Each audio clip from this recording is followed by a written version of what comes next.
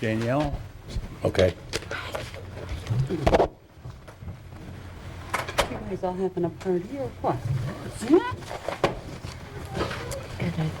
Invite the girls. Leon? Good evening. I'd like to call this regular meeting of the Bolingbrook Village Board to order.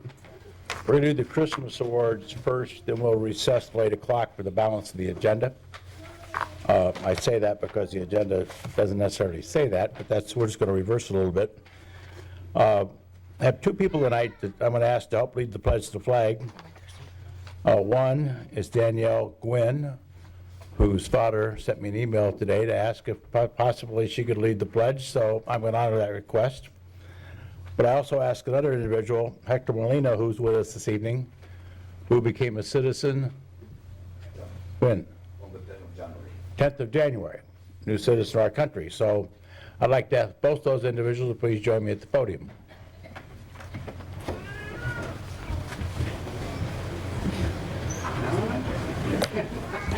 Why don't you come over here? Hi, Danielle. Come over there. Sit still, probably.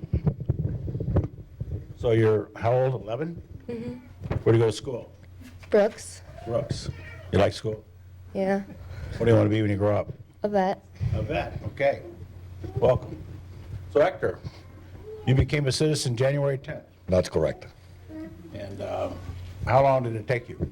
Well, I've been 18 years in the country, so it took me a while. But I decided to do it once my residency was expiring. Instead of renewing, I wanted to become a citizen. You happy to be a citizen? Super, super. It was my long time dream. Good, good, good, good. Well, you can lead us to the pledge, please.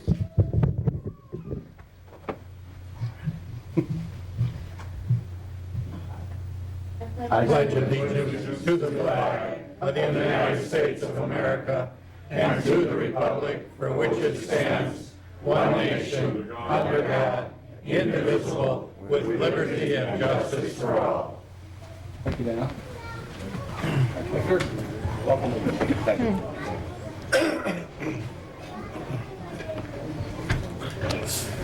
Roll call, please. Mayor Claire, Here. Trustee Sarati. Here. Trustee Lawler. Here. Trustee Watts. Here. Trustee Hoagland. Here. Trustee Morales. Here. Trustee Jaskowitz. Here.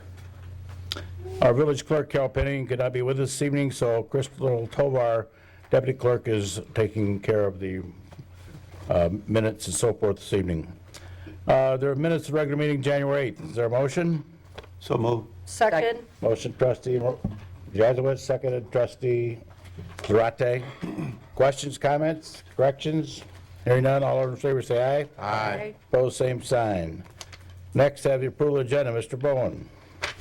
Yes, I'd like to strike presentations under E1C. They'll be rescheduled for the next board meeting. No other additions or corrections. Okay, is there a motion to approve the agenda as amended? So moved. Second. Motion trustee Lawler, seconded trustee Hoagland. Any other comments? Hearing none, all those in favor say aye. Aye. Opposed, same sign. The agenda is approved as amended. Okay, Beautification Commission. Oh,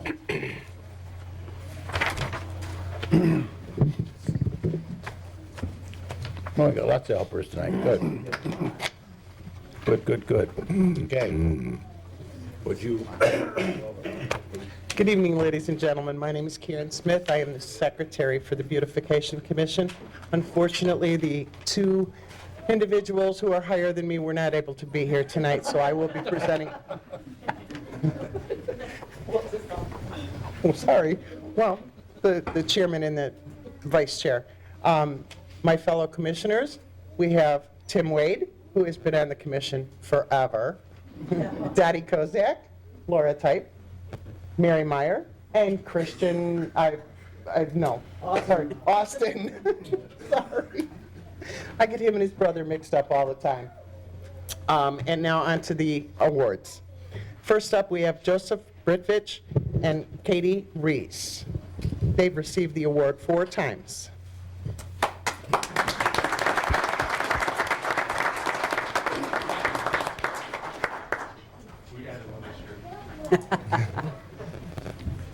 Well, I don't believe she was here for the first one, was she?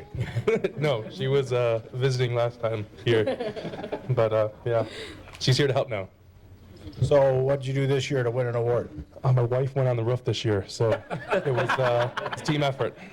Team effort, lots of lights. How did he talk to you on the roof? He's afraid of heights and I'm not. Is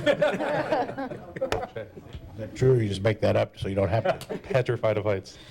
Not a fan. That makes sense. And what is the name here? Lucy.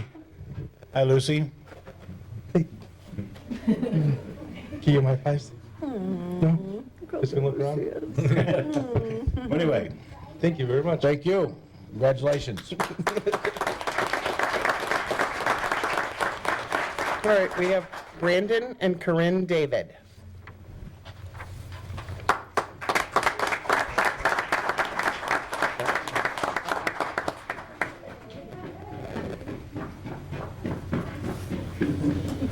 Corrine? Corrine. Hi there.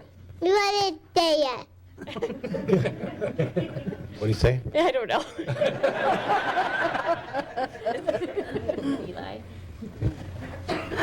Well, you got your hands full, don't you? I do, and I have 2 more back there. 2 more. Wow. I have twins who are 6. He's 4, and he is 2. Twins that are 6, 4, and 2? Wow. You're very busy. Yes. How do you have time to put up Christmas lights?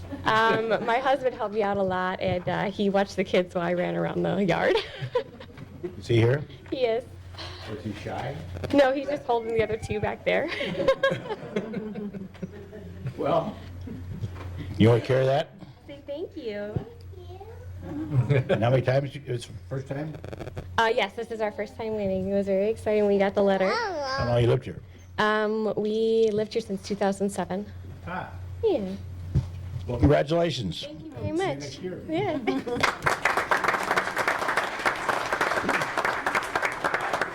We have Vasilov Gitu. This is their first time.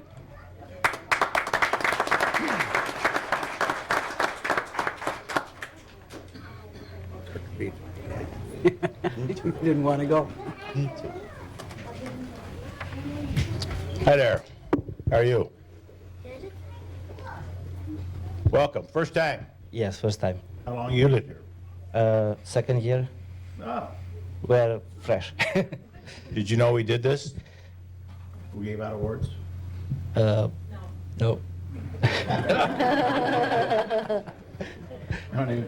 So what did you, how much, what'd you have up? What'd you, a lot of lights, what? Lights, a lot of stuff we have. Okay. Well, did you help? Yes. Okay, well, then you can carry the plaque. Congratulations. Thank you. Thank you. And now we have Jamie, Denise, and Daniela Gwynn. First time. Back again.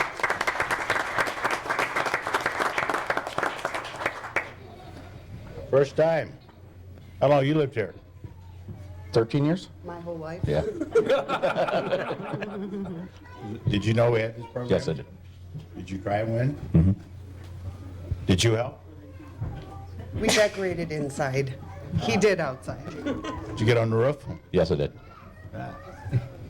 First time. Do you think you were in trouble when you got the letter? Nope. You knew what it was? Yep. Yes, sir. And you knew you deserved it. I had a lot up this year. Well, you're Danielle, you can carry it. Congratulations. Thank you. Thank you.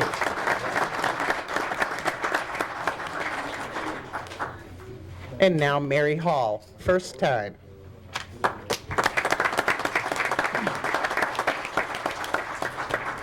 A lot of first timers. Yeah. What's your name? Haley? Did you help? Yes. She did. Disney World 2019. Yep, we just got back. It's about what, a $35 t-shirt? Yeah. Got that right. So were surprised when you got the letter? You know, I was. I actually been here. I've lived here for like 23 years, and I didn't know that they had something like this, so I was very surprised. And I just do it for the grandkids. That's why I put all the lights up and everything. It's just for the kids. But I was so surprised. Thank you so much. Well, there you go. Thank you. Congratulations. Next is Thomas Horn, first time. A lot of first timers.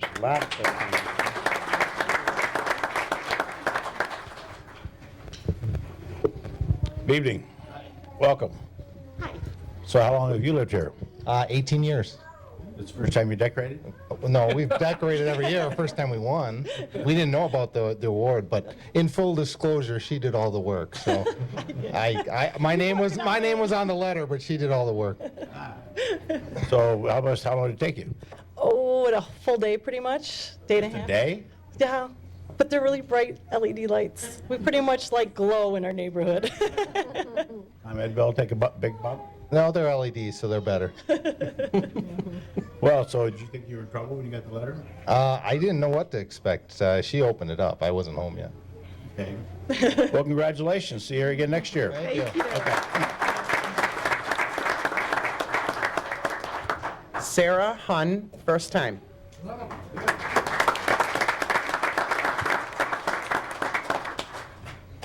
How many people won awards?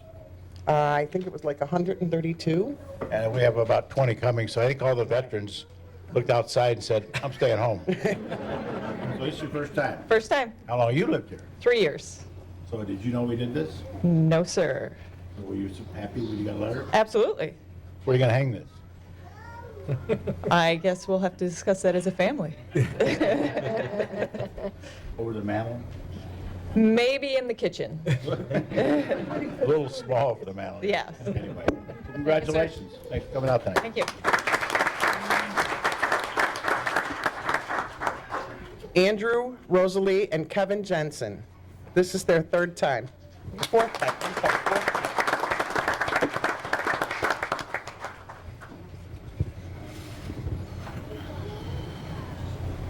A little snow didn't bother you, did it? Nope. You're out coming out anyway. Let's here, step over a little bit. So how old are you? 22. So did you help put these things up? I helped put them down. Let's take them down. I put them up. This is what we did this year. Oh, very nice. It's a lot of lights. We live on a cul-de-sac, so we're like kind of the only one that puts up lights. So it's kind of real obvious when you drive into it. So it may not be as spectacular as some other people's, very but nice. it's Most pictures don't brightens it normally up. show it, but that's a nice shot. Yeah, So who does all the work? mostly me with the lights. He does the blow molds and stuff like that, the wiring. The what? Hooking up all the wires, cords. These are with LEDs, so you don't have to blow out circuits all the time. Well, congratulations. Yeah, thank you. 4 very times. much. Hope to see you again next year. Thank you. Thank you. Okay. Next, we have Loretta Jenkins, first time.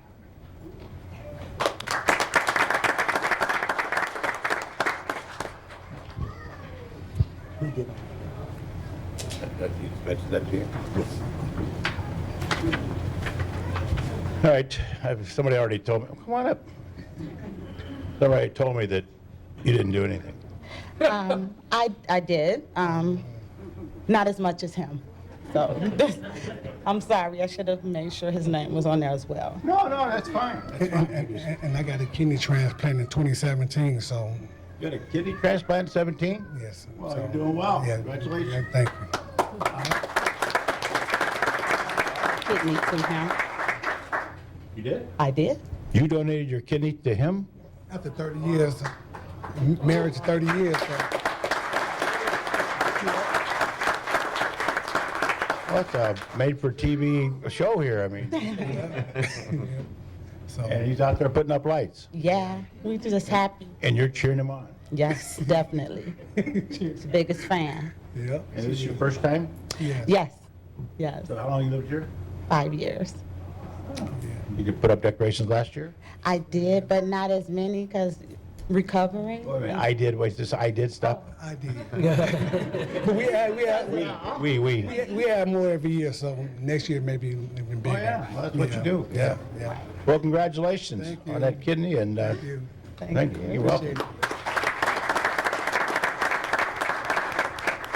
Now we have Diane and Dan Klepfer, first time.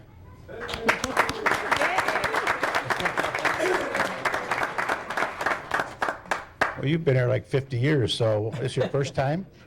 It is my first time. I've lived here for 29 years, and this is my first time, and I can't believe it.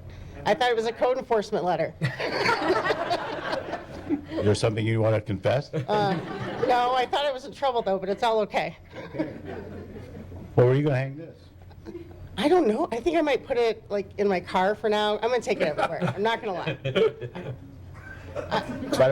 By the way, these plaques come from a word emblem right here in Bolingbrook over at southeast corner of 53 and 55. Do a nice job for us, so congratulations. You're welcome. Sean McDermott, fourth time.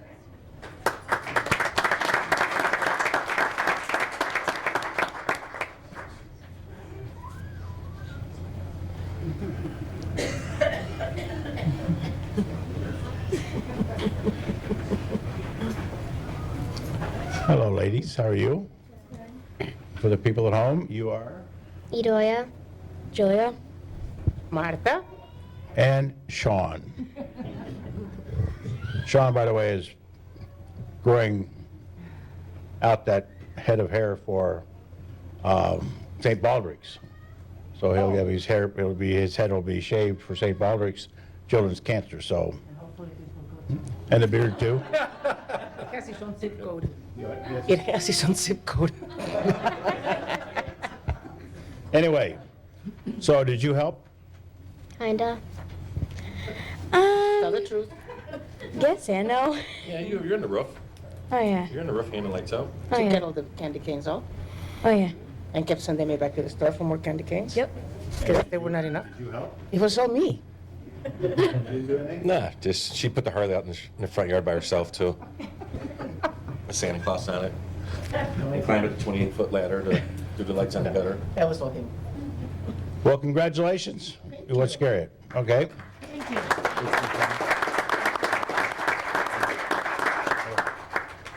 Okay, now we have Hector and Glenda Morales, first time.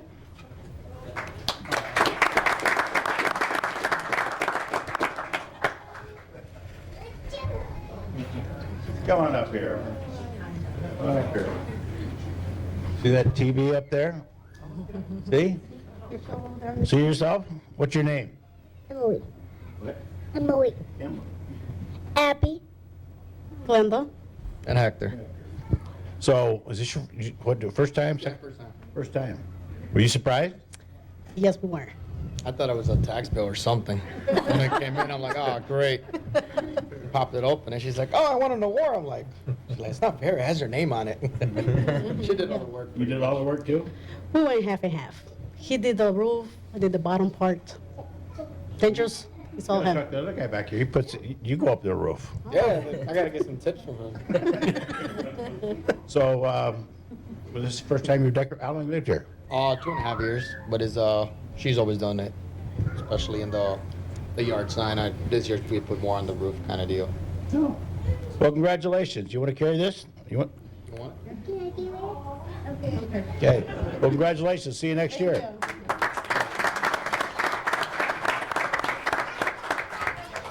We have Susan and Chris Munger, and I'm not sure how many times they've won an award, so they need to tell us.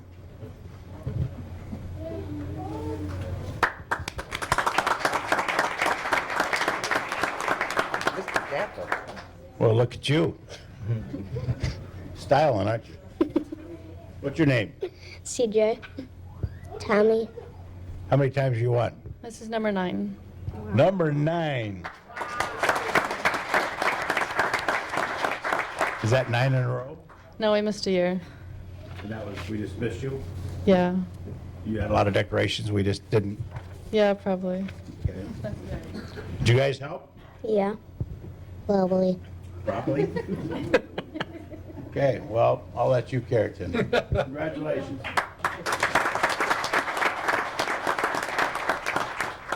Jermaine Myrick, first time.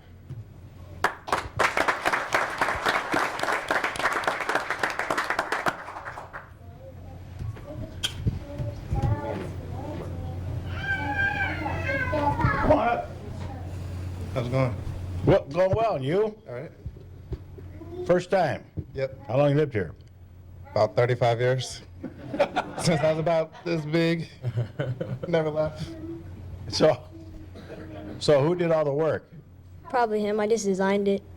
Well, you designed it. And you took orders. Yeah. So We finally got a house, so we decided to go up on the roof and. you both up on the roof? No. I should have sent them up there, but you know. It ain't nowhere fun to be up there. So did you know we did this? Not really, no. 35 years, you didn't know it? No. Always run into sports. I imagine 35 years ago you didn't care about this so much, right? Oh, no, of course not. Out playing. So what did you do? What'd you have? Lights, blow-ups. Inflatables? A little bit of everything. A few deers. You know, I've got a Santa Claus, 6-foot Santa Claus. And of course it pump runs it, it's on a timer. Right. But when in the morning I get up, I look out in the front yard, you see Santa Claus, spread eagle on the lawn. Right. It just doesn't look right, you know? One of the nutcrackers was like that. Every time it would turn on, you would have to run out there and help it stand up. And we got some rain and ice, Right. and that tips them over. Well, congratulations, I'll give it to the designer. See Thank you next year. I appreciate it. Shireen Rafael, first time.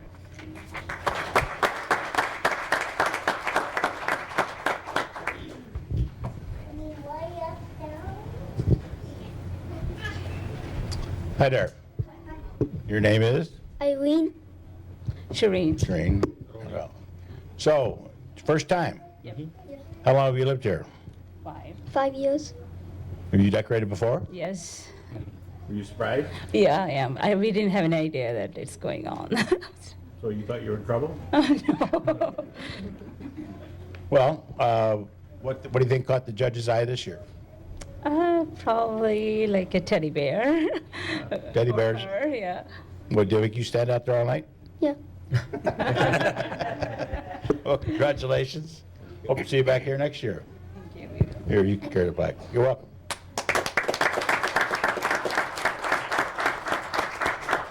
Steve Rockwell, this is his 11th time.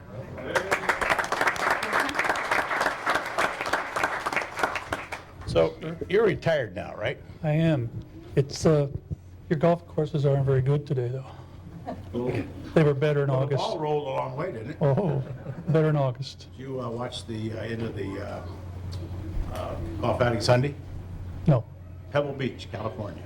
Beautiful area. If you've ever seen it, along the coast, beautiful golf course. It was covered with sleet. The entire course was white. They delayed the tournament for 2 or 3 hours and actually couldn't even get done Sunday. So you think it's too cold to play golf? I did go to the Dome. That's very nice. I heard it at the State of the Village, so thank you. Well, that Top Tracer golf is pretty amazing equipment. So anyway, 11 times Yes, sir. in a row? No, I've been here 19 years, so a couple of years I probably worked or something. Probably. Anyway, anything different this year? I lined the runway or the driveway both sides with candy canes. That looks nice. Oh, good. Steve, good seeing you. Thank you, sir. Enjoy that retirement. Thank you. Kylea and Zion Urich. I don't know how many times you've won. It's not marked here. We'll find out here in a minute. First time? 90% of the people are first-time winners. Is this your first time? We've only been here a year. Oh, so right out of the box, you say, well, I'm getting awards. Who did all the work? All him. I Yeah. did nothing. You did that. I did And proud of it. Yes. And it took a lot longer than a day. I know that feeling too. So where'd you move from? Naperville. Yeah, Naperville. Well, welcome to Bolingbrook. Thank you. Yeah. And you're on Hartford Lane? on the list. So you've been out first time, you got that. First time, yes. Well, since you did all the work, I'll give you the plaque. Thank you. Oh, you got the right T-shirt too. Clark wears all that. Joey of the Month Club. Again, Thank you, sir. thanks for coming out tonight. Congratulations. Jacqueline Randall, 3 times.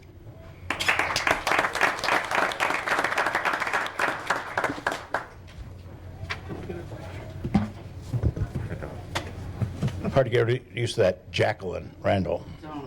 Jackie Randall. Yes, exactly. 2016. The Randall reunion, Starksville, Mississippi. Yes. And you are? Alex. Jackie, it's your, what's swing around a little bit? Third time. Yep, out of 20 years. Anything new this year? Some inflatables. And And I didn't do anything except probably put a stake in the ground. I'm just gonna be honest with you. did you do it all? Yes. Too many aches and pains. Jesus. So anything, nothing new, 3 years in a row? No. Last year and this year, the one before that is probably 10 years ago. 10 years before that. So you like going out there putting up lights? Yes. It's really cool. Well, since you did all the work, you get the plaque. Just to let you know, I sent a letter to her on her phone, and she sent me the picture of last year's plaque on her wall, and she said, kind of lonely looking. Thanks for Said she coming out needed tonight. another one. Okay, we have Hytham and Nick Barberi, 7-time winners.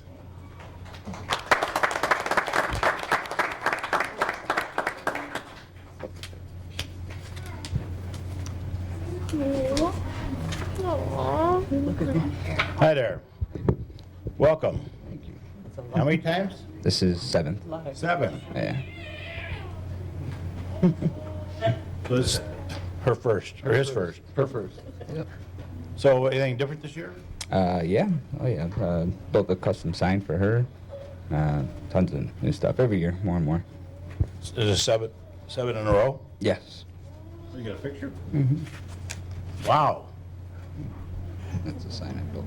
Oh, a big sign says, "Welcome, baby." That's good. That is very nice. Nice touch. Thank you. So you got, I'm sure you got a number of pictures with her in the sign. Oh, yeah, absolutely. Well, congratulations. Hope to see you back next year. Okay. Hector Molina and Elizabeth Stone, first time. Hello again. Elizabeth, how are you? Doing well, how are you? Want to swing around here a little bit? So who does all the work in this household?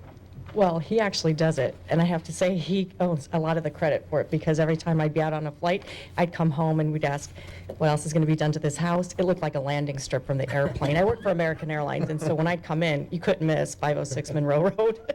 He'd always put something up that I didn't think was expected. Well, then you saw a little bump in the ComEd building, didn't you? Oh, a big one. I had to change all my lights now for LEDs because it was big. It's her fault, it's Jackie's, because we were competing against her. She's our neighbor, so yeah, we had to try to outdo her. Well, I appreciate you coming out tonight again. Thanks for leading the pledge. Elizabeth, good to see you. Good to see you as well. And who gets to carry it? I'll take it. Okay. And last but not least, we have Mary Jo and Patrick O'Reilly. This is their second time. They're on Aspen Court. Yes, Aspen Court. Seen you in a while. How you been? Good to see you. So what time is it again? I mean, how many times you won? It was the same, Twice. yeah. In a row? No. Who does all the work? He does. I go up on the road. That seems to be a pattern. Yeah. So it's, you surprised? Yeah, I was really surprised. Well, those people drive around, look at everything in town, so thank them, but where are you gonna hang this? We're gonna put it in our trophy case. Oh, We're good. done with our other trophy. Well, thanks for coming out tonight. Congratulations, see you again next year. That's all we have. Anyone else? Okay, well, thanks you all for coming out tonight. We're gonna take about a 5-minute recess, we'll come back to the meeting. Again, I want to thank the commission members coming out tonight. I've done the work years ago, driving around looking at houses, and it's not as easy as it looks. You drive, as we've got 800 miles of street, so it's a lot of moving around, and I thank you for selecting the winners, and congratulations to all the winners. And ladies and gentlemen, please don't forget that we do the landscape awards. We also do Halloween. So we're out there all the time. So if you see us driving around, please don't call the police. Thank you.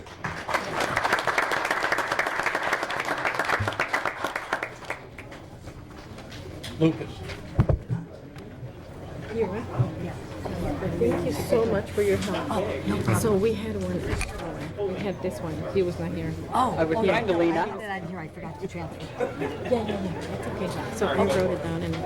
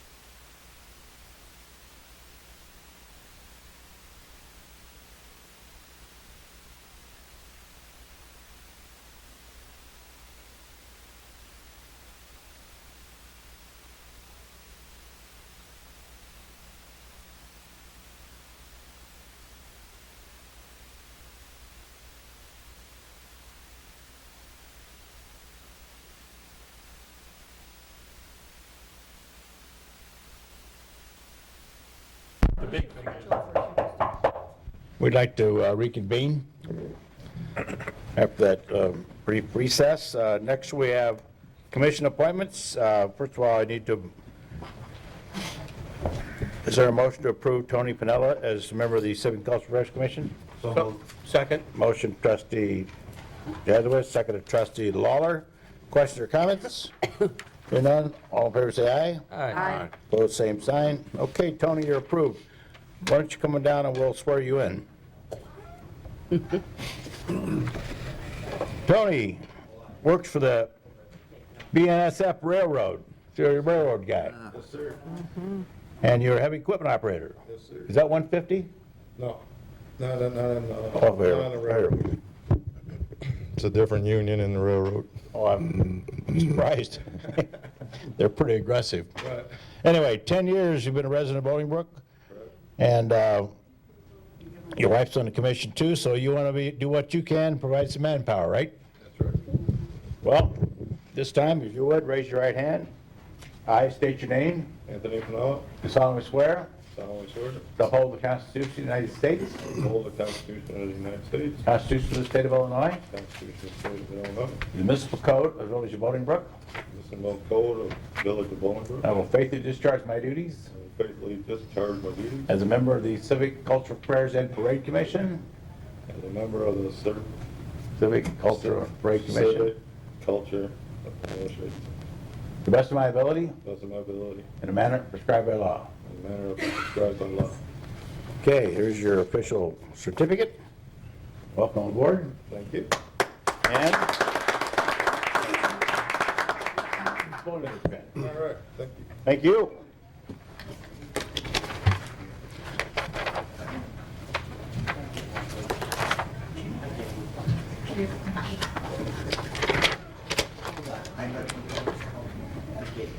All right, Ken.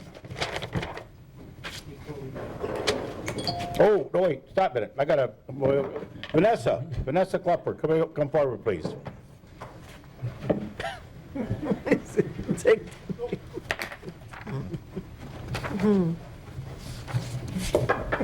Vanessa,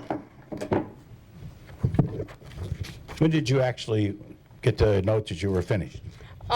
The official note was they sent it mid-November.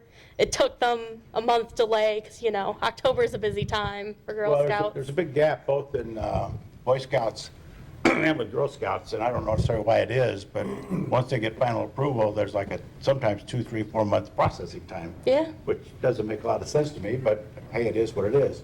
And you probably don't care that much at that point, you're just glad it's done. Right, it's done. Anyway, in Boy Scouts, there's an award called the Eagle Scout. I think most of you are familiar with it or heard of it. Been around for a very long time, over 100 years. How long has the Gold Award been around, do you know? 100 years-ish. You know, Girl Scouts started after Boy Scouts, did it? One of those. They're around the same time period. Anyway, I don't know if you've all looked or the people at home watching have looked, but outside this boardroom, along the wall, there's a plaque. That's all the young people that have gotten the rank of Eagle and all the young ladies that earned the rank of the Blue Gold Award, which you have just finished, which they're comparable awards. Now, I don't know what's going to happen now that Boy Scouts and Girl Scouts, I don't know, they've merged or what they've done, but the Boy Scouts now are referred to as Scouts USA, and they're allowing girls to join. Are the Girl Scouts going to stay independent, do you know? I don't know. I mean, I'm too old to join Scouts BSA, so. And I'm almost done with Girl Scouts, so it's kind of off my plate. Which one's the pin? Where's the pin that shows it? I don't have the pin yet. They give it to me in a ceremony for the council in spring-ish. Did you look at the plaque out in the hallway? I did. I made my mom go with me to look before the meeting. Was it kind of scary or what? Just wanted to make sure my last name was spelled right. People like to misspell it. Was it spelled right? Yes. Good. Well, we got the plaque today. We want to also present you with this plaque. Village of Bolingbrook is proud to congratulate Vanessa Klepper for her outstanding achievement earning the Girl Scout Gold Award, presented today, February 12th, 2019. There you go. Do you do a project like What all does the Gold Award entail? I did a big project. It's 80 hours by the Scouts self, so it doesn't count any volunteers. So what I did for my project, I spent over 80 hours. I think it was close to 90 or so, building a pollinator garden. A pollinator garden. Yeah, for like birds and bees and butterflies. So what do you plant? Certain specific flowers or just? Like milkweed, you know, monarch butterflies like that. Oh. Yeah. We could talk about milkweed a while. We've planted milkweed all over Bolingbrook. In fact, we expect to get an award for the amount of milkweed we've planted because, I mean, it's literally I've had how many areas, Lucas? At least a dozen, and it's all out at the golf course. It's acres out at the golf course. Oh, there's other places, the golf course, where you put it too, isn't there? Yeah, we put it in parks on the west side, up and down Royce Road, and, we've worked with the park district, and, we've done a good job of getting it from east to west all over town. And we have a resident named Cindy Hennessy that's very big on butterflies, so we've been planting milkweed, but that's also good for other critters too, right? Yeah. I also planted like plants more native to Illinois, like coneflowers, and there was a cat's meow plant. That's the nickname of the plant, you know. Cat's meow? Yeah, the cat's meow. It smells really nice. So what are you doing now? I'm taking it easy, you know, senior year at high school. Gonna finish it out. What are you going to do next year? Go to college at St. Catherine University. Where's that? St. Paul, Minnesota. It's colder there than it is here. Yeah, lots of snow up there too. You like snow? Yeah. Apparently. Well, good luck to you. Congratulations again.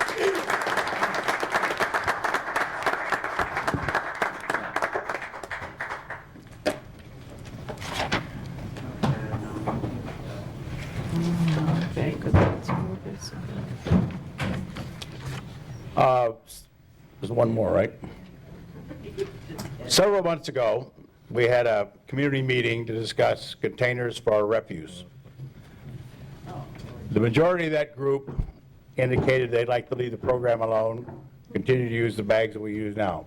In fact, some homeowner associations did not want the large containers at all.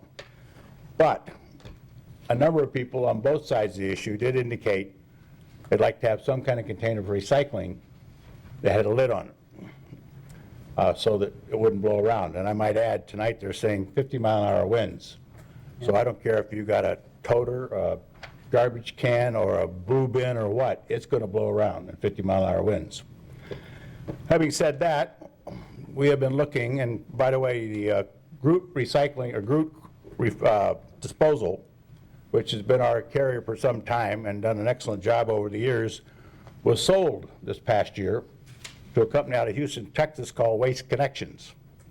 And Waste Connections is a very large national corporation with picking up recycling throughout the entire country. And like with any major corporation, the communications changed, the personnel all changed, so a lot of the things we discussed were kind of went by the wayside, and we had to reinitiate them with new personnel.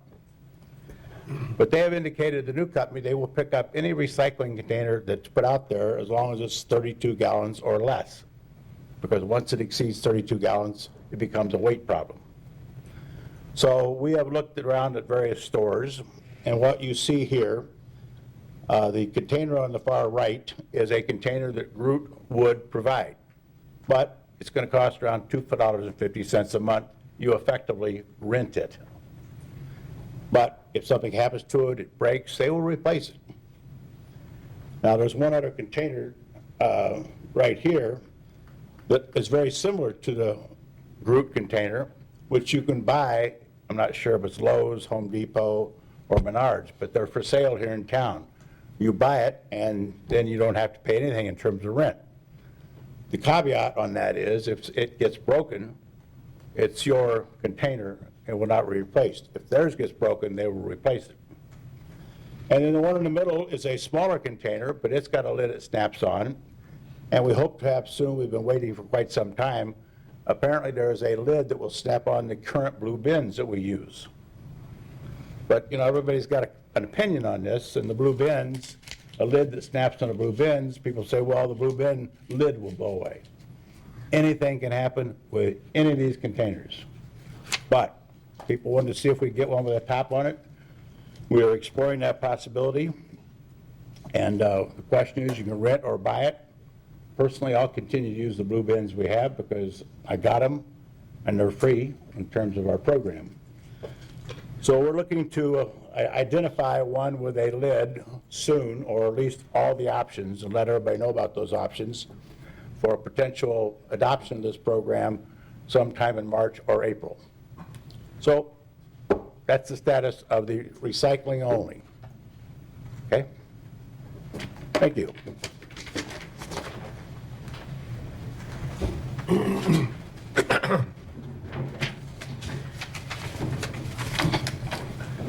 Next, Ken, another issue that's come up, which is somewhat fascinating to me, is a question on why we don't want Rib Fest. Well, come on, Ken, let's go back up here to the podium. Rib Fest has been in Naperville for a number of years now. And like any program like that, you see it downtown with Lollapalooza and other programs, they grow and they grow and they grow. Rib Fest has been held in Naperville Park District for several years, and it's grown to about 150,000 people.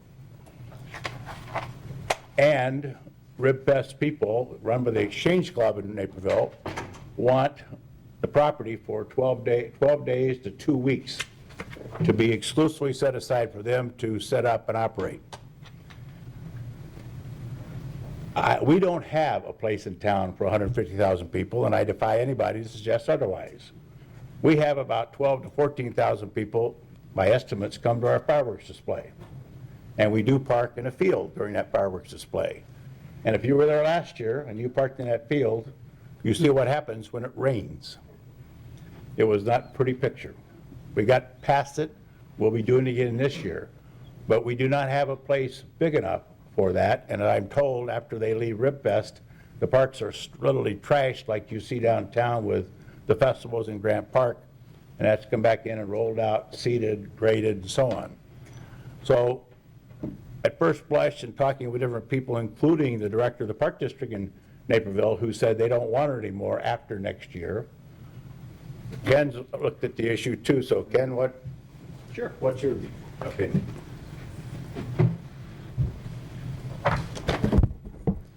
So when this all broke, 6-8 months ago, that Naperville Park District was not inviting Ribfest back after 2019. So this is going to be their last year. 2019, 2020, they have to shop for somewhere new to go.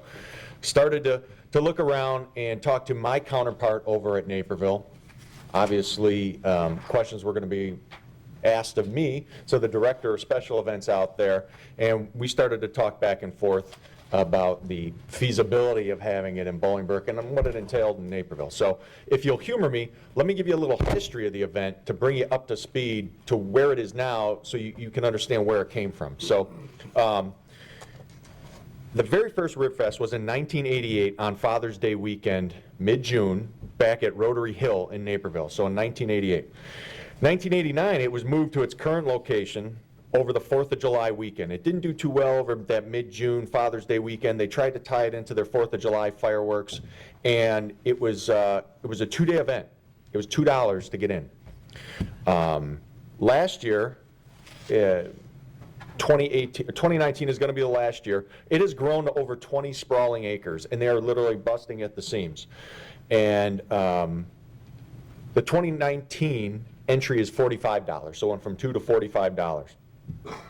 In 2018, the best estimate they gave me is about 150,000 people over 4 days, with estimates around 50 to 60,000 people on Saturday alone. Something that I thought was interesting, it takes 2 weeks to set up. So the promotion company that brings in these vendors from across the country, they want the property for 2 weeks ahead of time to come in carte blanche. Then they have the event, and then they need up to 10 days to 2 weeks to clean up and tear down. Most of them get out of there a little quicker, but around 10 days, he said, is the average. Also, they rely on over 4,000 volunteers annually. So they go out in the community. Did I mention it was the Exchange Club? Sorry, the Exchange, I did, but... The Exchange Club of Naperville runs it. So we do have an Exchange Club here in Bolingbrook. But the Exchange Club goes out, and annually they have 4,000 volunteers. The day of the events, it kind of fluctuates, but they ask for people to set up, year-round. So some concerns that I have, obviously, as Public Safety Director, is location. So they're right now on 20 acres, and they're busting at the seams. They have about 25 food vendors, 2 beer tents. They have a concert stage, a seating area to support, a carnival, you got to have bathrooms, and you have to have ample parking and numerous roads for traffic in and out. So with that being said, we looked at some areas we have around town. The first one comes to mind is a golf course. All right, golf course is 47 acres, but we just talked, we all know that stormwater retention, so there's lakes, ponds, rivers. It's a golf course, so, and it's sprawled out. There's wetlands set aside, pollinator gardens. I mean, there's things there that, you don't want people trampling, and it's not a condensed area, it's spread out. You're also looking at the business that's normally done there. So if you're looking at 2 weeks setup, so you're looking probably 3 to 4 weeks that they want carte blanche access to that property. Traffic, for those of you who've been out at 4th of July, can know it can be a little tense there in that 10, 15 minutes when we're trying to get everybody off property. And again, that's only about 15,000 people. Multiply that by 3, and now we're getting into that daily population of a Rib Fest. So we look at Village Hall, where we're standing right here. We got a stage out back in a hill. We have kind of the musical aspect, a little bit of parking. You can say we can use Brooks and everything else. Folks, if you come out here, some of our bigger fests during the summer, you're looking at 5,000 to 7,000 people, and that's shoulder to shoulder on that hill. And people are sandwiched in, and it's a disaster. So if you think that we can put 50,000 people out back, there's no way that we're going to get that many people out there. And with 5,000 to 7,000 people, you'd be amazed at all the neighborhood complaints we get. On the music goes too long. Those come into your office. We get traffic complaints, parking complaints, accidents. It's just, it's the complaints that come in from the residents that are living so closely to this property. So we look at Bulldog Park right across the street. Now, Bulldog Park is about 20 acres. It's close to where they're at now. The only problem is that, again, it is so residentially dense right around that area and traffic coming in and out. And they're already busting at the seams at 25, 20-plus acres where they're at now. There's no way they're going to shoehorn into there. The inconvenience to the residents around there, it's just, again, personally, it outweighs the benefit that would be brought in here, the traffic, the parking, and we just don't have the location. So we tried to brainstorm a little more, and everybody says, well, what about the Promenade Mall? You can go out east, the mall. All right, they have parking, and they have larger fests. We have Taste of Bolingbrook there. We have some other events there. Pardon me? Tree lighting. The tree lighting, that's a perfect example. There's parking, traffic can get in and out. There's some larger arteries. Okay, so we looked at that. We did a study, and the tree lighting will pull in 3,000 to 5,000 people. So for those of you who've been there, we shut down the streets on the inside, and there's about 3,000 to 5,000 people there. You can imagine the 911 calls we get when that's over, and people want to get out of there because there's not an officer waving people out of the parking lot or getting people in and out, and just the parking disagreement. So, but there's no way we can fit 50,000 people there. And then again, if it was over the 4th of July weekend, if we decided to run a dual event, we'd have one out at the golf course and one on the other side of town. And it runs into safety and manpower, which is my next topic. This is the stuff that keeps me up at night, large crowds. Okay, let's admit the society we're living in today, it is what it is, okay? So I worry about if there's more than 100 people standing around together. So you look at that, there's 50,000 people in one place, all in a concentrated area. What is that going to take to police it? What is that going to take to keep those people safe? Rough averages, you can argue back and forth, but let's say 1 cop per 1,000 people. Even that is probably a low average. That's 50 to 60 cops that I need to have out there. I only have 113 sworn, and that's with staff and everything else. So, we would have to actually contract with either private security or surrounding agencies. So we're looking at writing a check for someone to come into Bolingbrook and work. Because I still have to cover the street. We still have the residents that we have to serve. We can't just put the entire department out on RibFest and then forward our phones. So we're looking at 50 to 60 sworn police and probably the same number of volunteers and or private security. 2 special response teams, 2 SWAT teams. With a crowd that big, I need to have resources there to respond if something happens. So Wait, I'm gonna say, that's not what he's suggesting. Yes. That's what Naperville had, 2 SWAT teams. Go ahead. they had their team, and then they had a countywide team that was a mutual aid with state police. So this is all what they have and what they're recommending. So 2 SWAT teams. They had gated entry with metal detectors. So when people are coming in, they're checking bags, and you know, obviously metal detectors detect metal. So you have to figure out what that metal is. So you have to have people open the bags, or, you know, open your pockets, sir, show me your cell phone, that kind of stuff. There's gated entry. You can't just have an open, you know, wander in, wander out. You have to funnel people in and funnel people out. So that would entail getting fencing, screening, you know, doing that. Bomb sniffing dogs. 2 times a day, Naperville had bomb sniffing dogs go over their property prior to anybody coming in, and then at 3 o'clock every day. The dog would make the rounds. The dogs were then stationed at the front entrances, just sitting there. Oh, look at the nice puppy, while the whole time he's sniffing, you know, looking for explosive odors in the air. So we're looking at bomb sniffing dogs. 2 observation towers. So on both ends of the property, they had scissor lifts, or they had a skybox, or they had something in the air where they would just sit up there with binoculars and keep an eye on what's going on. For several reasons, not only for terrorism, but also for pickpockets and fights and lost kids, things like that. They also had a drone team on standby, which we haven't discussed. Later conversations, they had somebody who had a drone that if they needed, they can send a drone up and would help them also assess the situation, and, you know, they can use.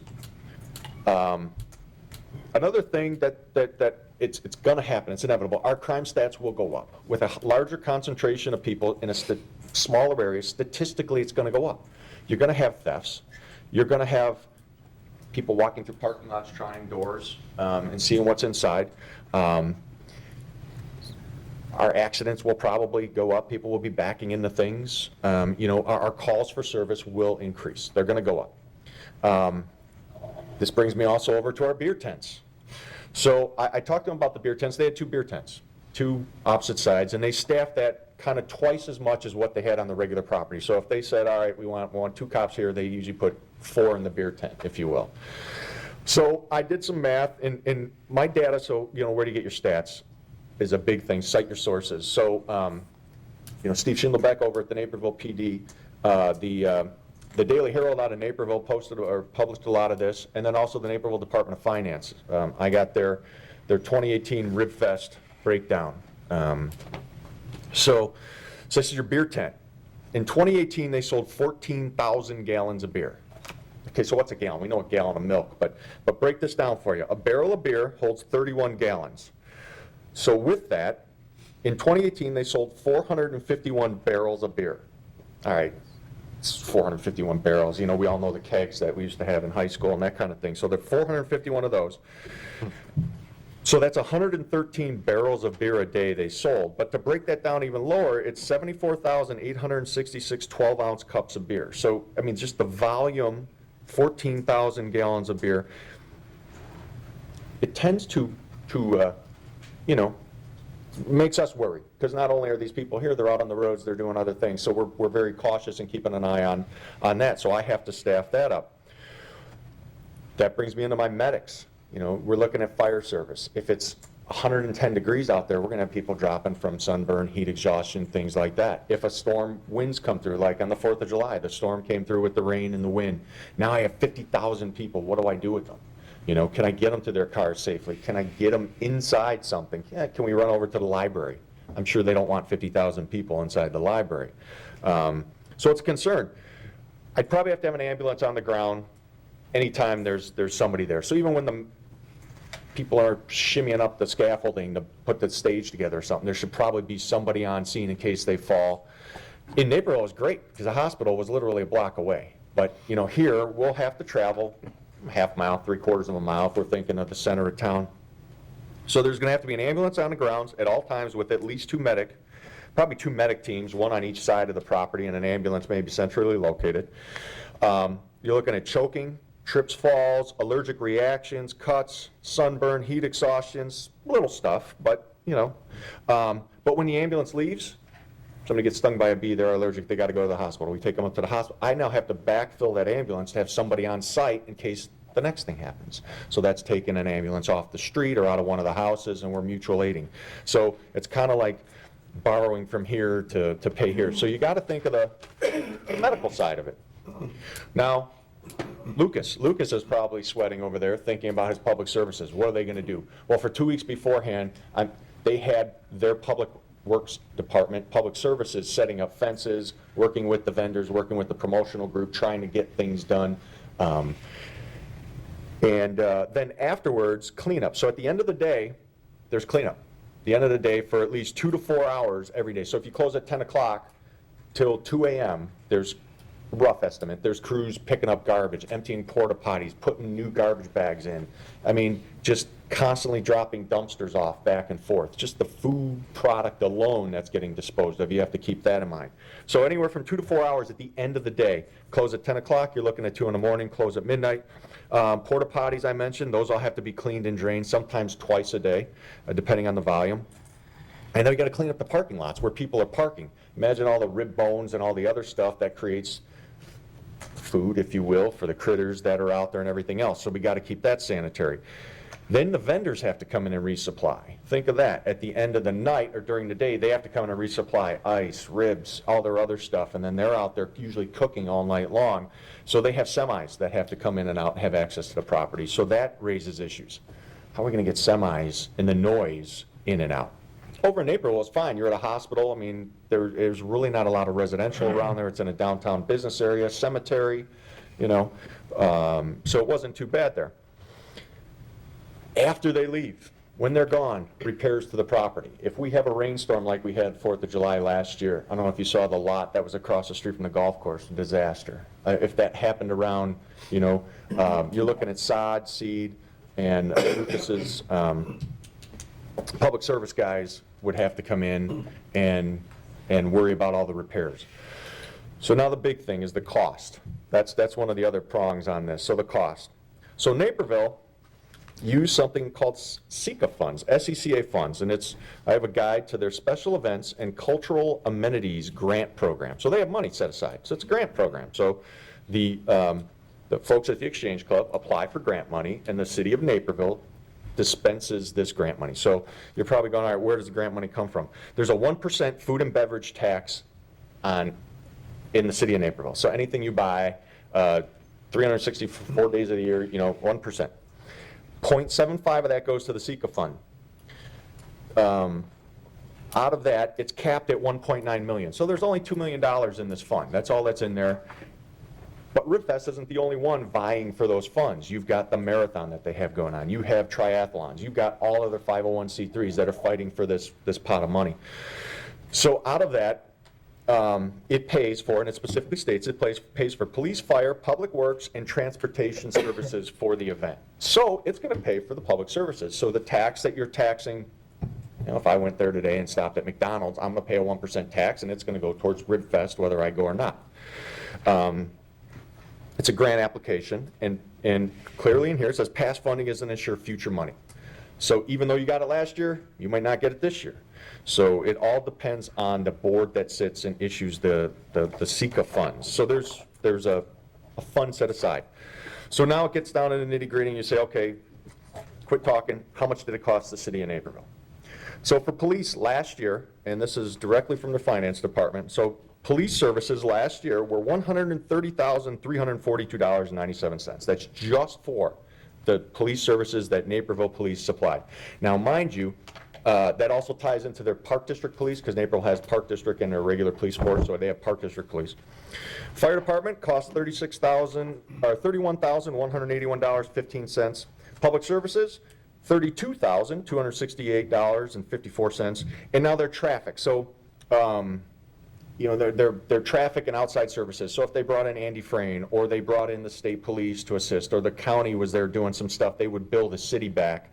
And out of that, there's $14,626.59 for a total of $208,419. So you figure $208,419 is what it cost the city of Naperville to run RibFest.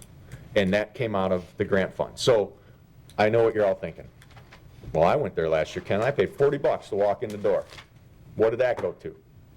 Excellent question. 1988 it was $2.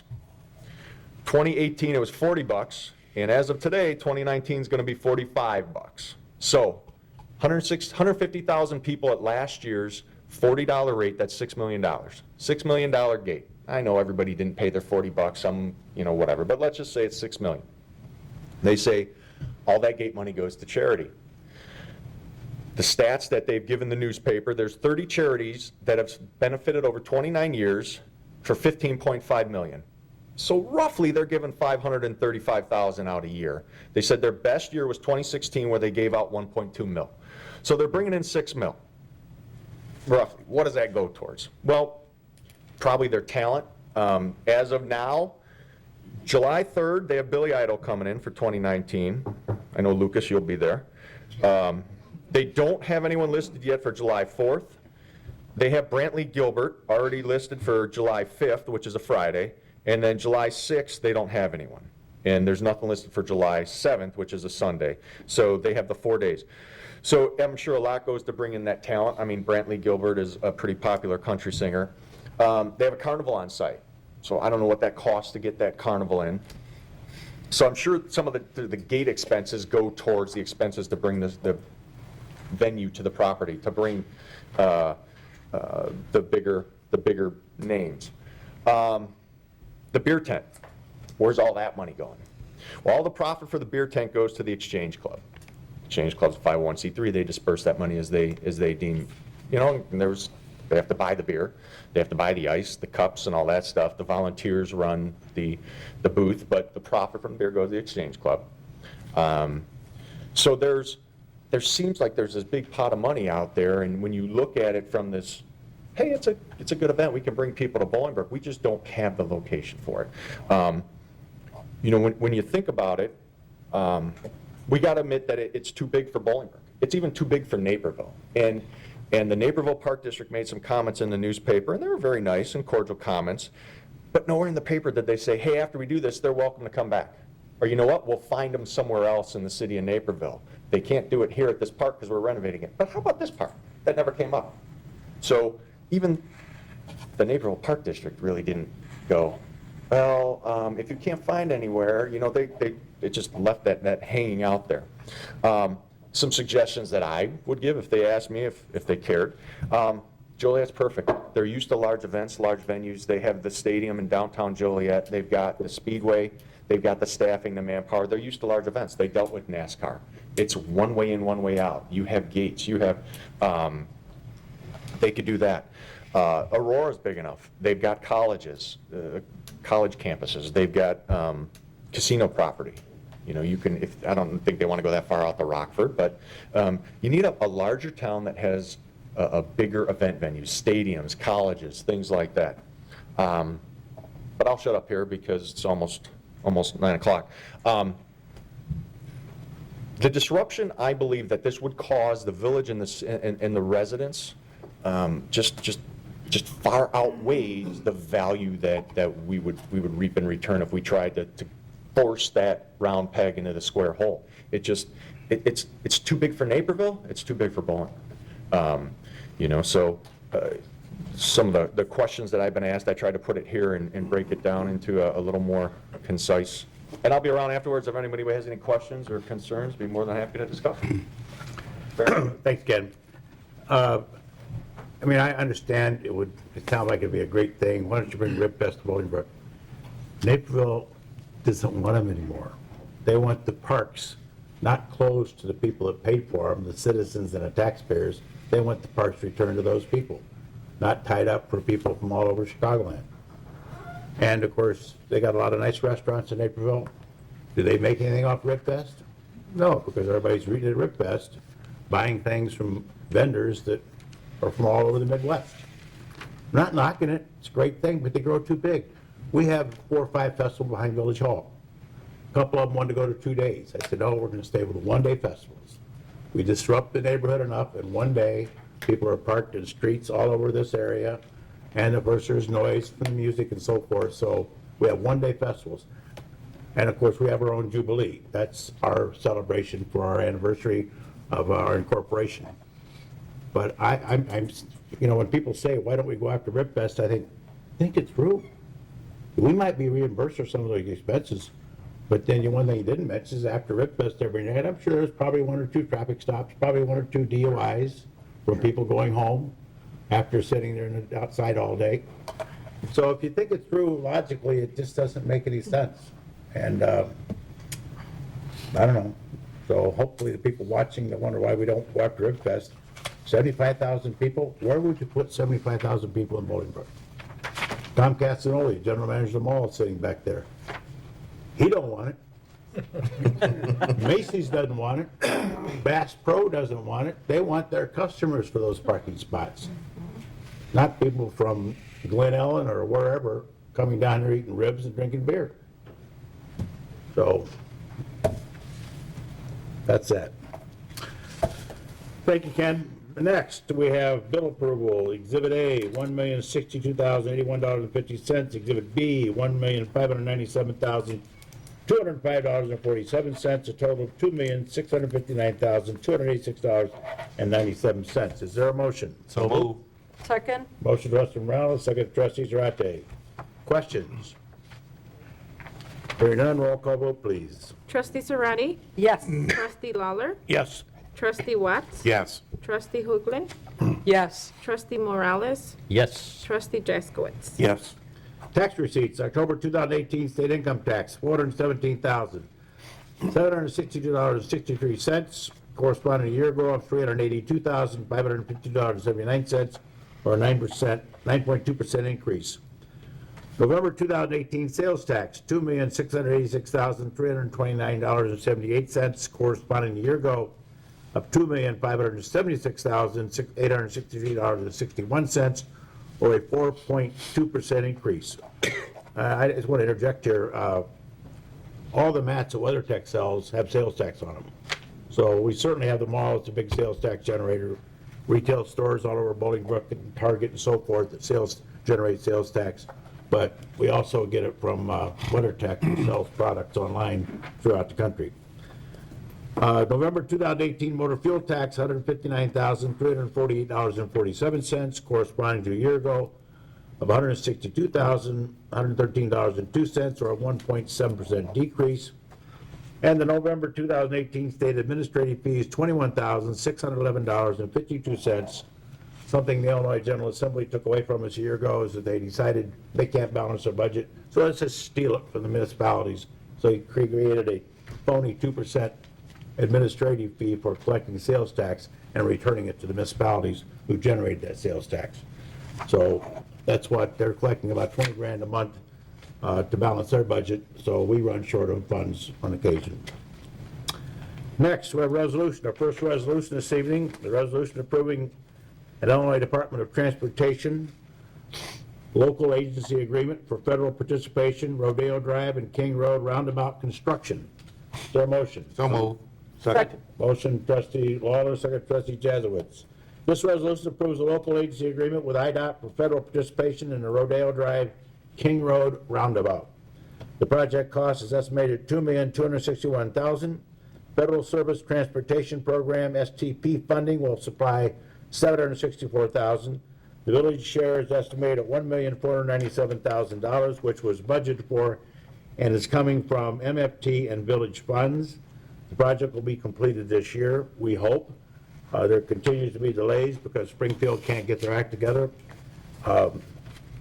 Even with the new administration, things are slow. The roundabout will be at King Road and Rodeo Drive. It'll be a roundabout similar to the one you see on Janes Avenue. It's something I wish we'd have put in earlier years. People say it's kind of hard to navigate. Not really. You get used to it. nobody ever stops. You don't have people sitting at stoplights or stop signs. Traffic flows very nicely, and it's something that's a way of the future, I believe. Questions? Roll call vote, please. Trustee Serrati? Yes. Trustee Lawler? Yes. Trustee Watts? Yes. Trustee Hoagland? Yes. Trustee Morales? Yes. Trustee Jaskowitz? Yes. Next resolution is approving the Illinois Department of Transportation Construction Engineering Services Agreement for federal participation. King Road extension between Hassett Boulevard and Rodeo Drive. Is there a motion? So moved. Second. Motion trustee Morales, second trustee Watts. Watts. This resolution approves the construction engineering service contract with Rempe Sharp and Associates for Kings Road Extension Project. Rempe Sharp did the Phase 1 design, Phase 2 construction and bid documents. This is for Phase 3 construction. The project is required to have a construction engineering service agreement in place for federal participation in the project to extend King Road from Rodeo Drive north to Hassett Boulevard. Construction services are not required for project inspections and management. Are required. The road cost is estimated at $7,565,000. The engineering services contract is for $567,512.58, which is part of the overall project cost. This is again from Rodeo Drive, King Road to the Fire Station 5, north to Hassett Boulevard, which will connect Fountain and Rodeo Drive. Another north-south access point, which will alleviate some traffic on other roads because it creates another alternative for traffic to flow. And as I mentioned that, eventually 115th Street, where it currently dead ends, will be extended all the way to Essington, which will give us another east-west route in addition to Hassett, Fountain, and Rodeo. So this has been a project that's been planned for, literally a transportation plan was put in place 25 years ago, and the growth is now causing it to be completed. Questions? Roll call vote, please. Trustee Serrati? Yes. Trustee Lawler? Yes. Trustee Watts? Yes. Trustee Hoagland? Yes. Trustee Morales? Yes. Trustee Jaskowitz? Yes. The next resolution is approving a parking land banking agreement with Valley View Community School District 365U for property located at Hubert H. Humphrey Middle School, 777 Falcon Ridge Way. Is there a motion? So moved. What? So moved. Motion trustee Edwards, second Second. trustee Hoagland. The resolution approves a land bank agreement for parking with the Valley View School District. The district is modifying the parking lot at Hubert Humphrey Middle School. The village zoning code will require 152 parking spaces. The school is providing 118 and land banking spaces for 35. In the future, if the village determined additional spaces are needed, then the district would be required to build them. But it doesn't make sense to build a parking lot if it's not necessary now because it just continues to sit there and deteriorate. We've done land banking with a number of the industrial buildings along Remington Boulevard and Crossroads Parkway because the potential of a building initially coming in with 100 employees, at some point another business may come in that has 300 employees. At that point, they will have to trigger that and build additional parking to accommodate them. In other words, the land is set aside, or we call it land banked. Questions? Roll call vote, please. Trustee Serrati? Yes. Trustee Lawler? Yes. Trustee Watts? Yes. Trustee Hoagland? Yes. Trustee Morales? Yes. Trustee Jaskowitz? Yes. First ordinance has a planning commission report accompanying it. Approval of special use permit for a plan development with variance to the final development plan, Hubert H. Humphrey Middle School, Valley View School District applicant. Is there a motion to accept the plan commission report? So moved. Motion trustee Second. Watts, second trustee Morales. Questions on the planning commission report? Planning commission report reviewed this project. They came up with a report to us recommending approval. Motion is to approve it. There are no questions. All in favor say aye. Aye. Opposed, same sign. Motions, the planning commission report is accepted and placed on file. Now we have the accompanying ordinance, which takes the planning commission report and puts it in ordinance form. Ordinance approving special use permit for a plan development with variances of final development plan, Hubert H. Humphrey Middle School, 777 Falcon Ridge. Is there a motion? So moved. Second. Motion trustee Hoagland, second trustee Lawler. Valley View School District seeks a special use for variance to the final development plan. This is all about a parking lot, folks. I mean, you think they can just go out there and slap on some asphalt and be done with it. Oh, no. They gotta go through a planning commission and so forth. We make them go through what every other builder has to go through, so it's the process we follow. They're seeking special use permit with variances final development plan for Humphrey Middle School. The district would like to modify the internal vehicle circulation and alter the parking lot, which is what we discussed a moment ago. This ordinance approves it. The Plan Commission reviewed and recommends approval based on the Plan Commission report. Questions? Roll call vote, please. Trustee Serrati? Yes. Trustee Lawler? Yes. Trustee Watts? Yes. Trustee Hoagland? Yes. Trustee Morales? Yes. Trustee Jaskowitz? Yes. Next, we have another ordinance with an accompanying Planning Commission report, approval of special use permit for a game room with extended hours of operation, Prince Arcades. Did I skip one? Yeah. Yeah. Sorry, scratch that. Ordinance 2 has a blank first order, approval of special use permit for a plan development with variances and final development plan, Oakview Elementary School, 150 North Schmidt Road. Is there a motion to accept the Planning Commission report? Second. Motion trustee Jaskowitz, second trustee Lopez. Questions on the Planning Commission report? Hearing none, all those in favor of accepting and placing it on file, please say aye. Aye. Opposed, same sign. It's approved. Now we have the accompanying ordinance approving a special use permit for a plan development with variances and final development plan, Oakview Elementary School, 150 North Schmidt Road. Is there a motion? So moved. Second. Motion trustee Hoagland, second of trustee Lawler. This is a parking lot at Oakview. For some reason, Valley View decided this year Oakview and Humphrey needed different parking lots, so that's what's before us. This approves alter the parking lot, expand the parking lot by 29 spaces, not 30, not 25, but 29. Did we go out there and actually walk them off? After it's paved.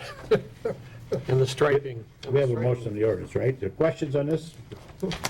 Hearing none, roll call vote, please. Trustee Serrati? Yes. Trustee Lawler? Yes. Trustee Watts? Yes. Trustee Hoagland? Yes. Trustee Morales? Yes. Trustee Jaskowitz? Yes. Next, we have a Planning Commission report, approval of special use permit for the game room with extended hours operation, Prince Arcades, 639 East Fountain Road, Suite 120, Tom Cathanoli, the Promenade Bolingbrook applicant. Tom's the general manager. I wondered why you were here tonight. So you're like the resident expert on game rooms tonight?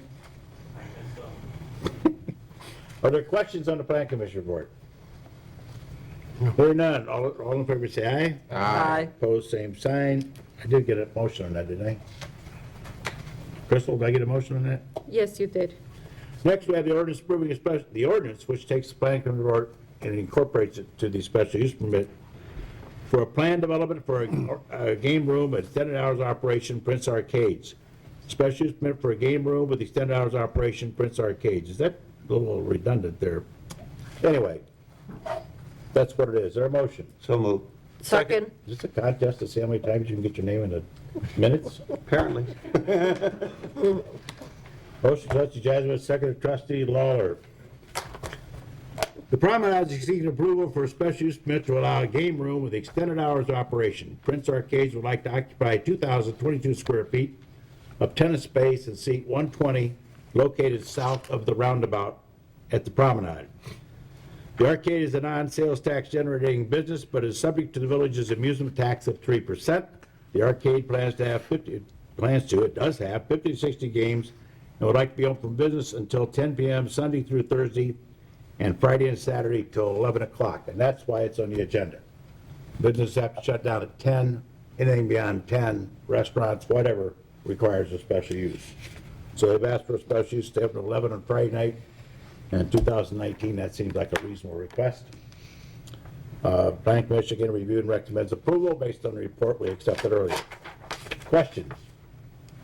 Roll call vote, please. Trustee Serrati? Yes. Trustee Lawler? Yes. Trustee Watts? Yes. Trustee Hoagland? Yes. Trustee Morales? Yes. Trustee Jaskowitz? Yes. Next, I have Planning Commission report approval of special use permit for a plan development. Is it Diaz? Diaz? I'm sorry, is Dia here? Somebody representing Dia here? DIYA apostrophe S threading, 319 North Weber Road. Mr. Sony, applicant. Is there a motion to accept Planning Commission report? Motion trustee Watts, second trustee Durate. Questions on the Planning Commission report? Hearing none? All in favor say aye. Aye. Opposed, same sign. It's approved. Now we have the accompanying ordinance approving the special use permit, which again, takes the plan commission board recommendation, puts it in ordinance form. Ordinance approving a special use permit for a planned development to allow a beauty salon and spa establishment, Dia's Threading, 319 North Weber Road. Is there a motion? So moved. Motion trustee Lawler, second. Trustee Zarate. Chanel Sony doing business as Dia's Threading is requesting a special use to allow a beauty salon and spa establishment specializing in threading and waxing.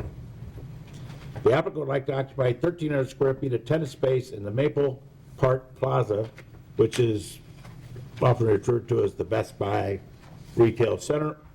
Aldi's now, Ross, that's that mall, shopping area. The space is the end cap adjacent to Aldi, which was formerly occupied by mailboxes, etc. Planning Commission reviewed and recommends approval. Questions? Roll call vote, please. Trustee Serrati? Yes. Trustee Lawler? Yes. Trustee Watts? Yes. Trustee Hoagland? Yes. Trustee Morales? Yes. Trustee Jaskowitz? Yes. Okay. Next, we have an ordinance amending Chapter 33, Article 10 of the municipal code regarding floodplain regulations. Is there a motion? So moved. Second. Motion trustee Morales, second trustee Hoagland. This ordinance amends Chapter 33, Article 10 of the municipal code regarding floodplain regulations. The village needs to adopt a new floodplain study, maps, and the flood insurance rates to remain in the National Flood Insurance Program. The maps were prepared by the Federal Emergency Management Agency, often referred to as FEMA. A side note, this ordinance needs to be adopted by February 15th, which is Friday, and the Will County Stormwater Plan has been delayed for several years because of Joliet's objection to the maps designation. Not objecting to ours, objecting to Will County. Joliet's got a very interesting situation. The federal agency, FEMA, has determined that a good portion of downtown Joliet is in a floodplain. As the river goes through, the canal goes through Joliet, and if that canal wall were to fail, it would flood downtown Joliet.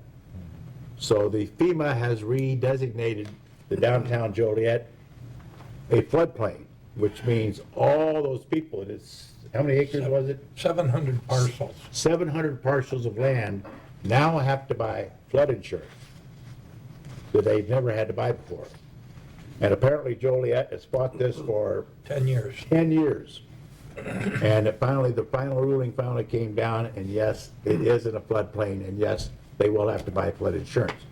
Now, as a sidebar, Joliet has hired an engineering firm to see if somehow they can come up with another way to build a secondary levee or wall. They're building walls too. A secondary levee to build a secondary wall or something like that, so in the event one wall failed, the other would prevent it, which would allow FEMA to take it back out of the floodplain. That make sense? Where that goes, I don't know, but it's Joliet's problem. But the reality is, we have to adopt the floodplain now that it's been resolved and ruled, and, well, ours was never a problem. How much floodplain do we have, Lucas? I don't know the exact acres, but there's no houses in the floodplain in Bolingbrook at all. We have, over the years, made every effort to avoid that. And in fact, those of you that have been around here for several years, there used to be 12 homes on Avondale Court, right across from McDonald's on 53. And when we built the stormwater plan, the 200 acres we purchased, which is the golf course is on, those lakes on the golf course serve as a stormwater management area. So there's several thousand acres that when it rains heavily, it goes into those ponds as opposed to on roads or on adjacent land. And every time a home's built out there, case in point, Northern Builders, when they built their Best Buy logistics center east of the golf course, they gave us, how much? Well, $1.2 million? yeah, $1.3 million was what our charge is. $1.3 million to go toward the cost of the floodplain that we built, so they didn't have to put a pond on their property. Anyway, when we did all that, I said, we can't ignore the east side, so we bought 12 homes on Avondale Court and tore them down and sculpted out that area. So as waters come in there, it fills up with water. You'll see that on heavy rains. It looked like a lake's formed back there. That's just temporary until the water subsides and goes down Little Cache Creek. You'll see the same thing behind Menards. You'll see the same thing next to the high school. All those areas were built to hold water.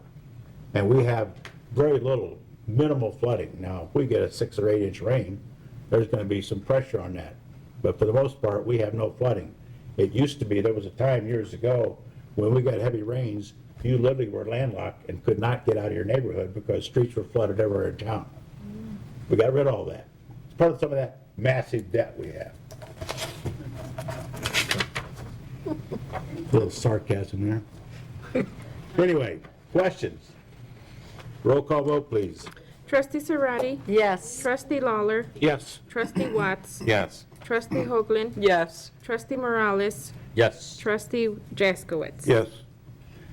The next ordinance is approving Appendix 1, prohibiting use of groundwater as potable water supply by the installation or use of potable water supply wells or any other method to Chapter 23 of the Municipal Code. Is there a motion? So moved. Second. Motion trustee Lawler, second trustee Watts.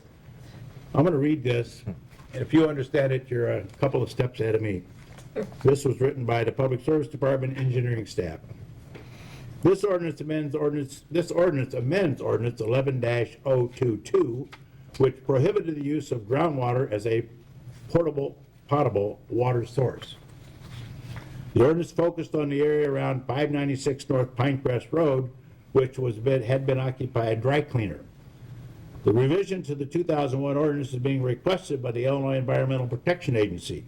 The revisions include an updated map of the area and some housekeeping revisions to the language of the ordinance.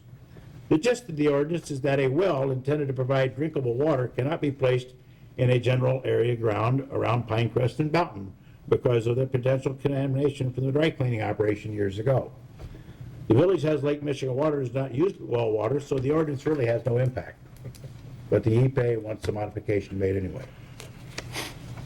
Got that?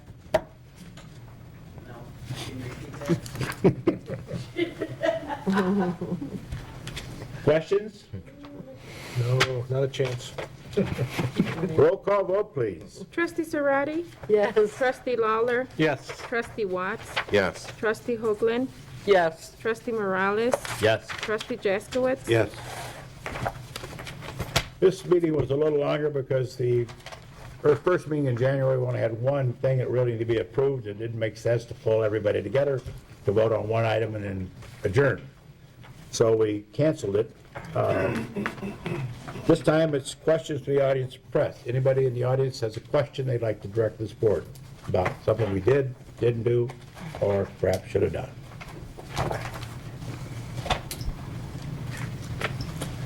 Next, I see none. Trustee comments, reports. Trustee Zarate. Thank you, Mayor. Auditions will be on February 21st and 23rd, Broadway, afterschool.org. Disney Frozen Junior, Broadway After School. Open auditions, Frozen Junior will be February 21st, 4:30 to 6:30, February 23rd, from 2 to 5. Students 2nd through 9th grade at the Bolingbrook Performing Arts Center, 375 West Briarcliff in Bolingbrook. Please come prepared to read, learn, dance, and sing a cappella and expert from a song of your choice. The William Shakespeare Merchant of Venice. Performance run weekend, February 8th through the 24th, Friday, Saturday, from 8 p.m., Sunday, 3 p.m. Bolingbrook Performing Arts Center, 375 West Briarcliff Road in Bolingbrook. Tickets will be $70 at the door. Call 630-908-2538 for reservations. Save the date, Saturday, March 2nd, Reach for the Stars, 6th annual fundraising event to benefit Midwest Christian Montessori Academy. Entertainment, Map Boy, Fan Fan the Foam, Improv, Snacks and Hors d'oeuvres, raffle prizes, silent auction. Location, Bolingbrook Community Center at 201 Canterbury Lane in Bolingbrook. For more information, please call 630-783-8644 or go to mcmacademy.org. Thank you, that's all I have. Thank you. Thank you. I just want to take a moment. A number of us attended last Saturday at Bolingbrook High School, the Black History Awareness Club, the 21st annual event, bringing phenomenal information about the contributions that African Americans have made to this country and to the world. I had the opportunity to speak with two of the founding committee members, one of the current committee members, to express our gratitude for all their efforts. Bernard Winston, Anito Canto, Carey, and Janice Holloway did a phenomenal job, and a number of volunteers to be able to put that program on.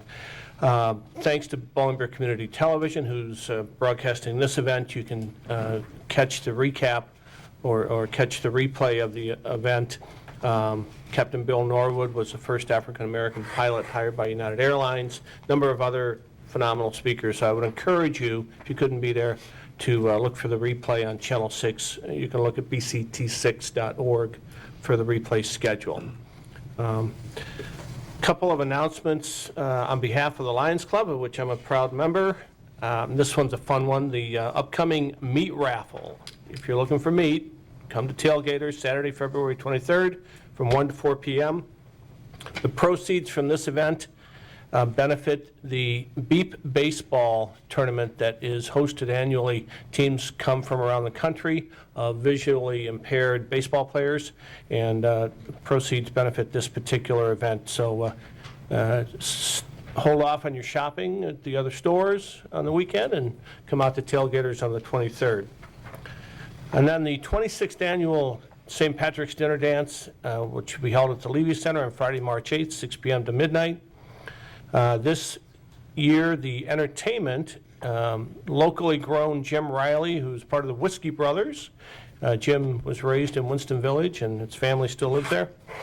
And so they're going to be performing, an excellent band. I've watched them perform over the years. All of these announcements, including what Trustee Zarate put, are available up on the Bolingbrook website, bolingbrook.com, to get more information. Thank you. Real quick, the summer schedule's been signed off on by all the parties necessary, the Jubilees, festivals. That should be up on the webpage pretty quick.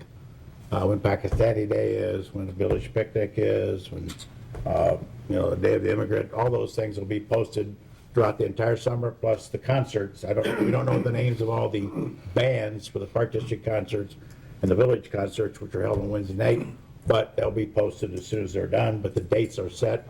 We just don't know the band yet. And I've talked to a lot of people, they don't really care what the music is. They just enjoy coming over, enjoying the evening on the hill, and they like the variety of music, so that should be posted soon. But you make a note to check when that should be up. No, and you reminded me, the Bolingbrook app is out there on iPhone and Android phones, and there's information that was pushed out in the past couple of weeks that affected all the residents. So, if you've got a smartphone, Android or iPhone, get the Bolingbrook app. Great piece of information, and then any updates are posted on the village website. So, if you're missing information, it's being pushed out there by village staff. Do a great job. Good evening, everyone. I'd like to start by thanking those in the room that stuck it out. As Mayor mentioned, this was a longer meeting than usual, and with the inclement weather out there, you are indeed troopers. So we appreciate you sticking it out so that you can be informed on what's going on in our community.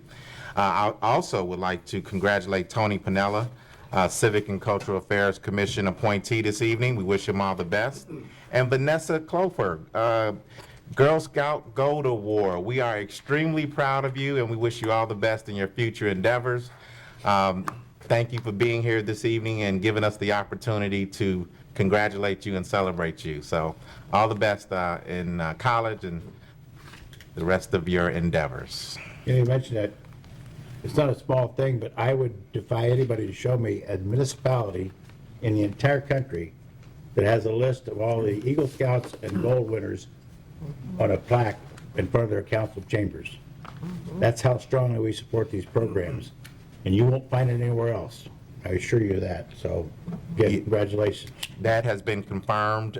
We are avid participants and attendees at the scouting events, and on numerous occasions, the scout leaders have told us when they have discussions with other scout leaders from around the region and around the state, they are just amazed at the support that the Village of Bolingbrook offers, and we wouldn't have it any other way. So great point there, Mayor. Want to make a few announcements here. The Bolingbrook STEM Association is excited to announce their partnership with the Illinois Aviation Museum over at Cloud International Airport here in Bolingbrook. There's going to be a Saturday morning STEM session taking place on February 23rd. It's a build-a-plane activity. Students will not want to miss this wonderful opportunity to learn the fundamentals of aviation. Again, that's at Cloud Airport, 130 South Cloud International Parkway in Bolingbrook. It's going to go from ages 8 to 18. The cost is $10, but we do not want to let cost be an interference with someone attending. There are scholarship opportunities as needed. More information can be found on the website, bolingbrookSTEM.org, and on Facebook. And there will be registration mechanisms pushed out hopefully as soon as tomorrow, but you can just come the day of as well. St. Baldrick's, Bolingbrook for kids, March 10th, 2019 from 12 to 5 p.m. The location is the Bolingbrook Golf Club, 2001 Rodeo Drive. Always an amazing event, always well attended, and certainly for a great cause. Shake It Off. It's a 5K run and walk. You can also do a 1-mile community walk. That's going to be Saturday, April 13th, 2019, starting at 9 a.m. It's going to take place Bolingbrook High School, looks like, 365 Raider Way. 100% of the proceeds will go directly to high-impact programs to speed better treatments and cure Parkinson's disease. So a worthy cause there. You can Google or go to fundraise.michaeljfox.org/2019 Shake It Off, and you should be able to find it. That's all I have tonight. Well, Thank you. you can't mention that 5K without the hospital. Mike, why don't you give us a summary real quick on the hospital? Mike Carpezano, one of the planners of the 5K Amita Healthcare is putting on. Such a dedicated audience. Amita Health, half marathon and 5K, Sunday, March 17th. A great event, highly attended, probably going to be in the realm of about 1,700 people this year. Registration is open. If you go to all community events, either Facebook page or their website, you can find the Amita Health Bolingbrook half marathon and 5K, Sunday, March 17th, right here behind Village Hall. It'll kick off right around 8 a.m. Thank you for letting me mention that. That's coming up quick. Yes, it is. St. Patty's Day. It's on St. Patty's Day this year. Yeah, it's in the morning, so you still have all afternoon to Corned beef. eat corned beef. Good evening, everyone. Save the date, Sunday, March 3rd, 2019. Great Chefs Tasting Party and Auction. It's a special event to benefit Centers for Disability Services. Great food. So, it's to be held at the Bolingbrook Golf Club, 2001 Rodeo Drive, Bolingbrook, Illinois, from 4:30 p.m. to 7:30 p.m. For more information, please call Gina. I'm sorry if I mispronounced this. Whitesaki at 815-744-3500, or you can visit www.cdsil.org. Donations for live and silent auction are graciously accepted and properly acknowledged in the program. I also have another one. How much do you like How much do you love mac and cheese? You can taste many different recipes at the 4th Annual Bolingbrook Rotary Mac and Cheese Cook-Off, Saturday, March 9th, 2019, from noon until 2 p.m. at New Life Lutheran Church at 249 North Bolingbrook Drive. Tickets are $12 each. Includes other appetizers, type food, desserts, beverages, and of course the mac and cheese samples for voting. Exciting raffles, split the pot, and other opportunities to donate toward high school and college scholarships. Please email us at bolingbrookrotaryclub@gmail.com for tickets and for other great sponsorship opportunities. And I have one more. Spring cleaning. March 25th through the 29th is cleanup week. For the last full week of March on your normal trash pickup date, unlimited bulk items and unlimited amount of refuge will be picked up. This does not include electronics, construction material, or demolition debris normally requiring a special roll-off container. For electronics, please call Root at 888-485-0900 to schedule a pickup. You have to call them or it'll be sitting on the curb for a while. I really would like to congratulate you on your citizenship. That is excellent. I am very happy for you, very happy. Vanessa, congratulations. I'm proud of you. And so is your mother. That's all I have for tonight. I'd like to thank again the award winners for doing what they do to decorate and make the town look good, great, and for coming out on this stormy night. Kind of following on what was just said, I have a notice here about residential electronics and hazardous waste drop-off event, which will be on March 23rd from 8 to 3. But it says here for location information, make an appointment at willcountygreen.com. That's willcountygreen.com. No spaces in there. Or you can call 815-727-8834 for more information. And again, that's on March 23rd for residential electronics and hazardous waste drop-off. So things like, you know, your old box TV that you put on the curb and you wonder why it sits there for weeks. It's because they won't be picked up by the regular trash pickups. So you have to make a special appointment to get that picked up. So keep that in mind. Also, next month is March.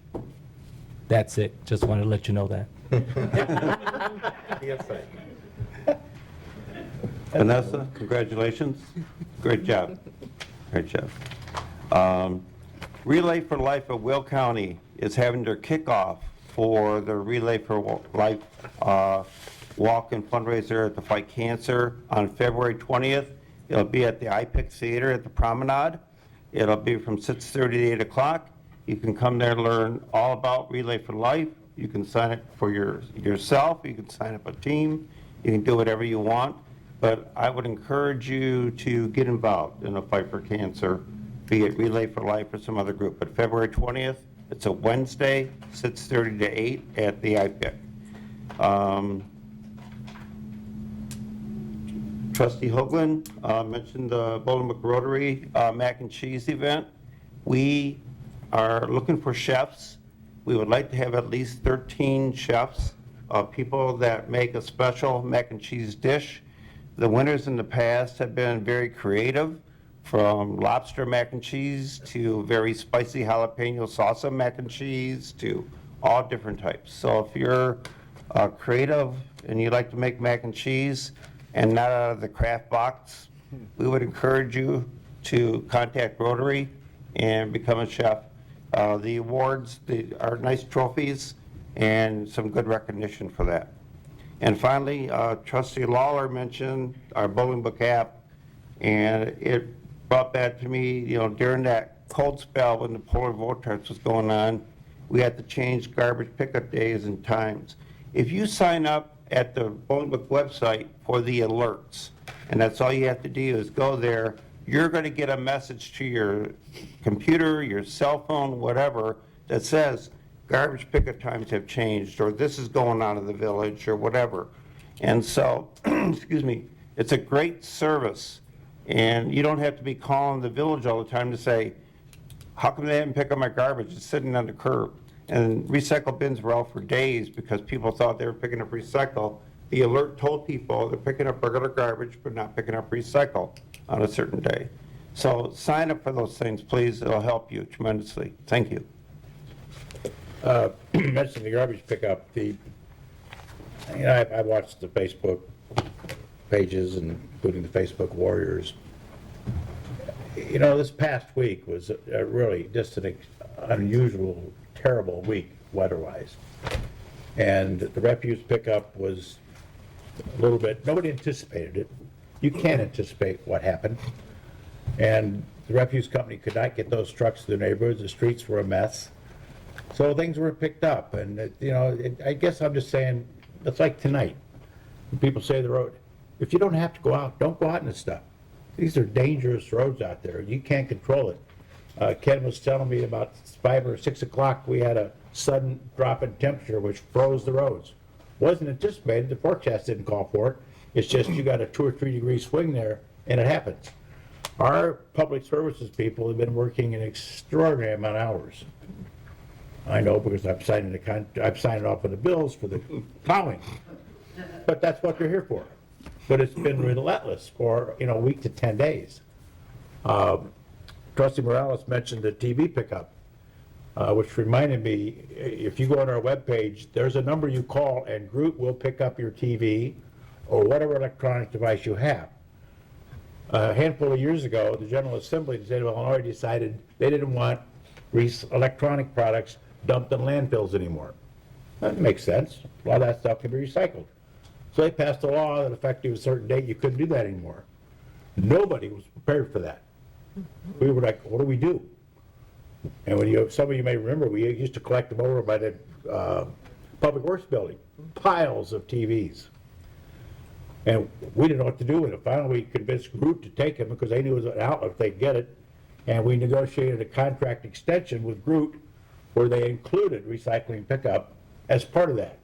So you don't pay for it. I think in Naperville, you pay $35 to have a TV picked up. Here, it's included in the refuse contract. So you go to the webpage, you call that phone number, tell them you got it out in your driveway, they'll come by and get it. So it's included. And again, the comment about how long this meeting was. This meeting's about an hour and a half, started from 8 o'clock on. There are communities around here that go till 10, 11, midnight on meetings.